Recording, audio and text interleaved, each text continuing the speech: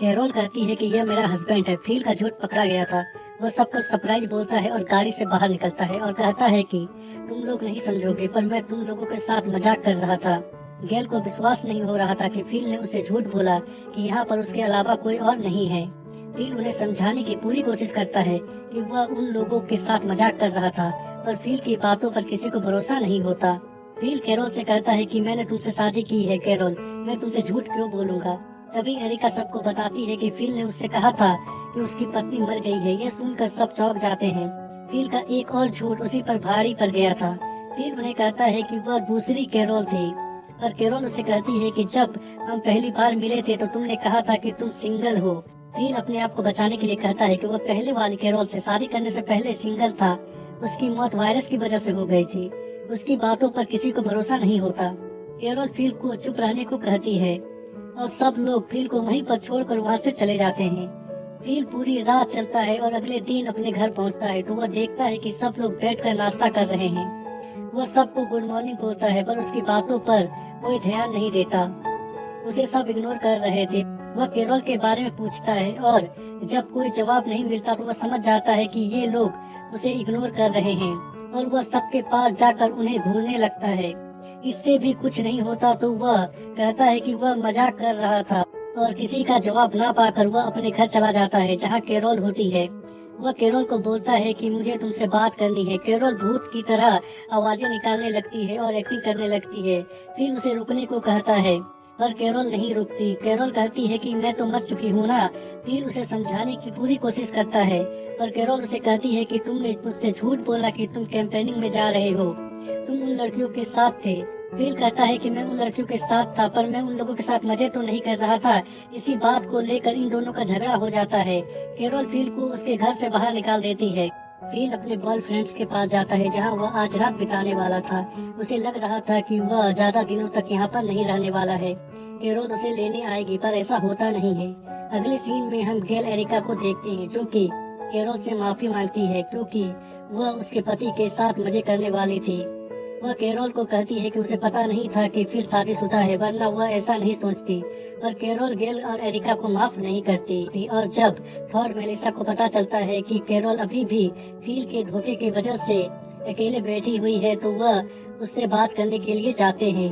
पर कैरोल उसे कहती है कि वह बिल्कुल ही ठीक है और कुछ समय अकेले रहना चाहती है। रात में फिल शराब पी रहा था क्योंकि अभी तक कोई भी उसे लेने के लिए नहीं आया था। तभी उसके दिमाग में एक आइडिया आता है और वह अपने लुक को चेंज कर लेता है और कैरोल के पास जाता है फिल का भाई बनकर। और कैरोल उसे देखकर समझ जाती है कि यह फिल है और वह उसके मुंह में दरवाजे को बंद कर देती है। फिल एक बार फिर से अपनी बेइज्जती करवा कर वापस लौट कर आ जाता है।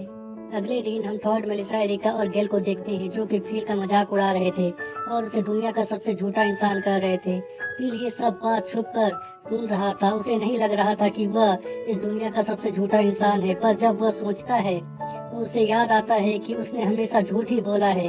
रात में जब ये लोग बातें कर रहे होते हैं तो फिल वहाँ पर जाता है।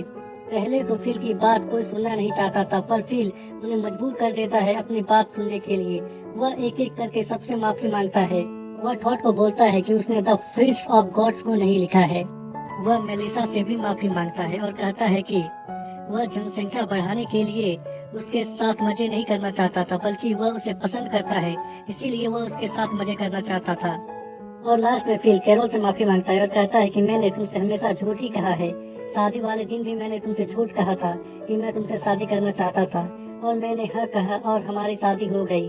और वह कैरोल से हर उस झूठ के लिए माफी मांगता है जो कि उसने उससे कहा था और वहाँ से चला जाता है अपने गैरेज में।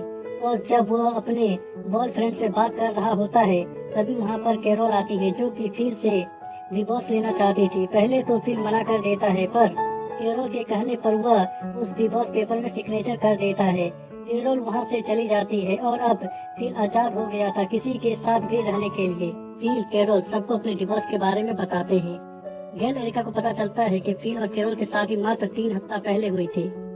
क्योंकि अब फिल और कैरोल अलग हो गए थे तो गैल और एरिका फिल को एक मौके के रूप में देख रही थी। अगले दिन फिल दोबारा से वैसे ही जिंदगी जीने लगता है जैसा कि वह पहले जीता था। वहाँ पर गैल आती है जो कि फिल के साथ मजे करना चाहती थी। ये लोग एक दूसरे के नजदीक आ ही रहे होते हैं कि तभी वहाँ पर कैरोल आ जाती है तो ये लोग मजे नहीं कर पाते। गेल फिल को 3 बजे अपने घर बुलाती और जब फिल एरिका से मिलता है तो वह भी फिल के साथ समय बिताना चाहती थी। फिल उसे 5 बजे का समय देता है। फिल अपनी कार से बाजार जा रहा होता है तो वो देखता है कि थॉड रास्ते में जा रहा है। थॉड फिल को कहता है कि उसने मेलिसा को आई लव यू कहा। उसके जवाब में मेलिसा ने उसे एक छोटा सा थैंक यू कहा। फिल कहता है कि तुम टेंशन मत लो मेरे दोस्त, मेलिसा मुझसे नफरत करती है और कोई भी यहाँ पर नहीं है जिसके लिए मेलिसा तुम्हें छोड़ेगी। पर थॉड उसे बोलता है कि अगर कोई अलाइव इन टेक्सास देखकर यहाँ पर आ गया तो क्या होगा।